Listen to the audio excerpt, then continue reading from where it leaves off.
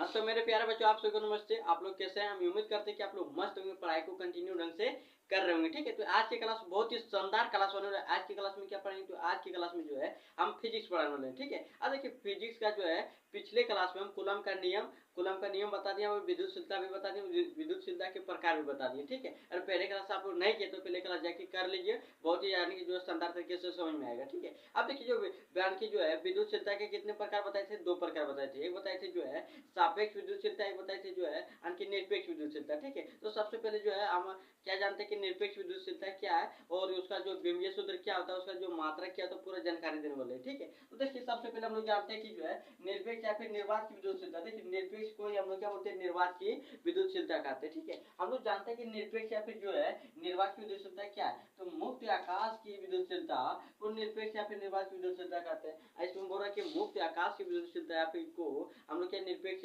या फिर जो है निर्वात की विद्युतशीलता कहते हैं। जैसे यहाँ क्या लिखा है? जो है जैसे क्या लिखा है कि निर्वात की विद्युतशीलता जो है एप्सिलॉन नॉट से सूचित किया जाता है। पूछेगा कि जो है आणखी निर्वात की विद्युतशीलता किससे सूचित किया जाता है? एप्सिलॉन नॉट से सूचित किया जाता है। किससे?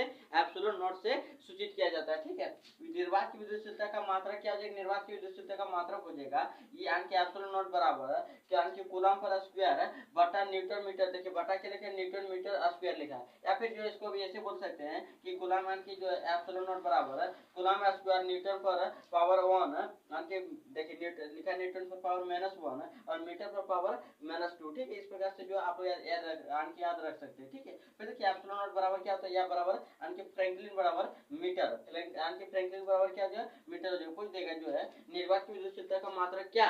अरे देखिए ये सब नहीं देगा, अगर ये दिया जाए तो इसमें टिक लगाना है, अगर ये सब ये नहीं रहेगा तब इसमें टिक लगाना। ठीक है, तो दोनों याद रखना पड़ेगा। फिर देखिए इसमें क्या लिखा है?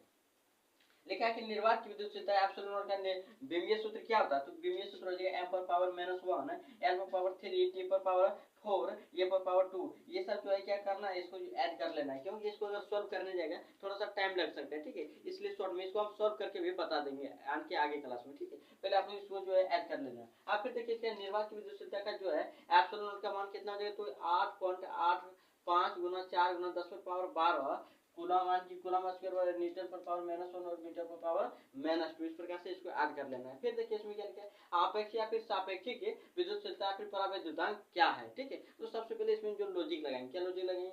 इसमें जो आपेक्षिक विद्युतशीलता क्या है? इसको ई आर या फिर जो के, इसको ई आर या फिर के से भी क्या करते हैं? सूचित करते हैं। क्या करते हैं? सूचित करते हैं। ठीक है, जैसे के बराबर क्या होता है? ये आणखी जो है एप्सिलॉन बराबर एप्सिलॉन नॉट है। अब एप्सिलॉन क्या है? तो किसी माध्यम की विद्युतशीलता है। क्या है? किसी माध्यम की विद्युतशीलता है। ठीक है, अब जो एप्सिलॉन नॉट है क्या है? निर्वात की विद्युतशीलता है। क्या है? निर्वात की विद्युतशीलता। अब देखिए दोनों में क्या अनुपात है। ठीक है, तो वही लिखेंगे अतः किसी माध्यम की विद्युतशीलता और निर्वात की विद्युतशीलता के अनुपात को क्या लिखेंगे? अतः किसी माध्यम की विद्युतशीलता और निर्वात की विद्युतशीलता के अनुपात को हम लोग क्या कहते हैं? हम लोग जो है आपेक्षिक या फिर जो है सापेक्ष या फिर आपेक्षिक विद्युतशीलता या फिर परावैद्युतांक कहते हैं। देखिए जो हम लिखेंगे इसमें लिखेंगे कि जो है आपेक्षिक विद्युतशीलता क्या विमाहीन है, इसका विमा नहीं होता। क्या लिखें? आपेक्षिक विद्युतशीलता का जो है ये क्या है? विमाहीन है, इसका कोई विमा नहीं होता है। ठीक है, तो पहले आप लोग इसे नोट कीजिए, 2 मिनट का समय दे रहे हैं। ठीक है, नोट कर लेने के बाद हम फिर जो है इससे आगे बताएंगे। पहले आप लोग नोट कीजिए।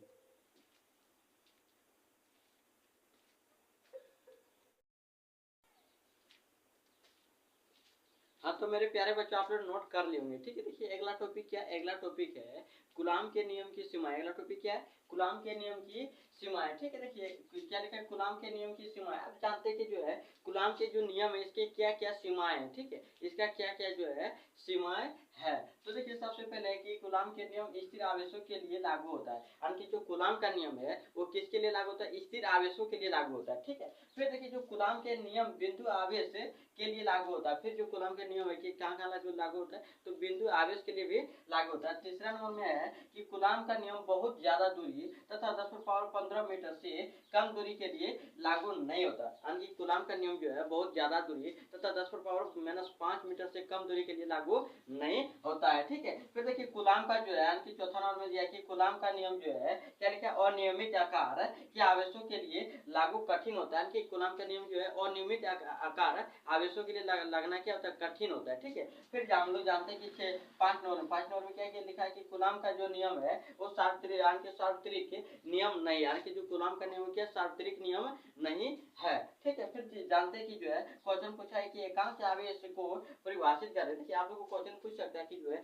एकांक आवेश को परिभाषित करें या फिर जो है एक कूलम आवेश को परिभाषित करें। ठीक है, तो आप लोग को क्या क्या लिखना है, देखिए क्वेश्चन ऐसे पूछ सकता है। ठीक है, तो आप लोग को लिखना है कि यदि यदि Q1 बराबर Q2 बराबर 1 कूलम आवेश हो। देखिए Q1 और Q2 के मान, दोनों का मान कितना, 1 कूलम आवेश दिया हो। ठीक है, अब जो है इसके बीच की दूरी कितना, 1 मीटर, कितना 1 मीटर हो। ठीक है, तो हम जानते हैं कि क्या हो जाएगा, एफ बराबर जो है हम लोग जानते हैं कि 1/4 होता है बटा Q1 यानी कि Q1 और Q2 बटा R स्क्वायर होता है। ठीक है, तो लिख दिए। अब देखिए यहाँ जो ये 1/4 का मान कितना होता है, 9 गुना 10⁻9 न्यूटन होता है, जिसका मान यहाँ लिख दिए। ठीक है, अब फिर जो Q1 का मान कितना, 1 कूलम, तो 1 लिख दिए। फिर Q2 का मान कितना, 1, तो 1 लिख दिए। अब फिर देखिए R का मान कितना, 1, तो 1 पर स्क्वायर कर दिए। देखिए स्क्वायर है कि नहीं, R पर स्क्वायर कर दिए। अब क्या कि इसमें सावधान की जो है एक पर एक से भगा देंगे, कोई फर्क पड़ने वाला, कोई फर्क पड़ने वाला नहीं। तो जैसे तैसे लिख दिए।